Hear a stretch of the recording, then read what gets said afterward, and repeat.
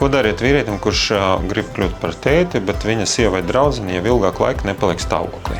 Ja nesanāk, baidīties nevajag. Tā vietā jāizdara divas lietas. Pirmkārt, izvērtē savu dzīvesveidu un ikdienas paradumus. Un, ja tas nepalīdz, tiec skaidrībā ar savu veselību. Ko tas nozīmē?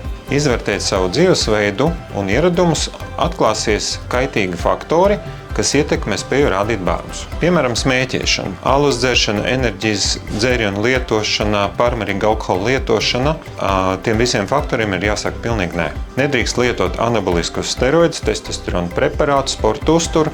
Tie palielina muskuļu masu, bet ļoti negatīvi ietekmē spēju tikt pie bērna. Naktīs ir jāguļ vismaz 7 līdz 8 stundām, ievērojot miega higiēnu. Ja esi pamainījis savu dzīvesveidu, ja esi atteicies no kaitīgiem ieradumiem, esi sācis veselīgāk ēst, varbūt nometis dažus liekus kilogramus, ja tādi bija, ja esi ievesis mērenu fizisku slodzi savā ikdienā un regulāri mīlējoties ar savu sievu vai draudzeni, viņa tomēr nepaliek stāvoklī, gaidu tevi uz vizīti klīnikā EGV.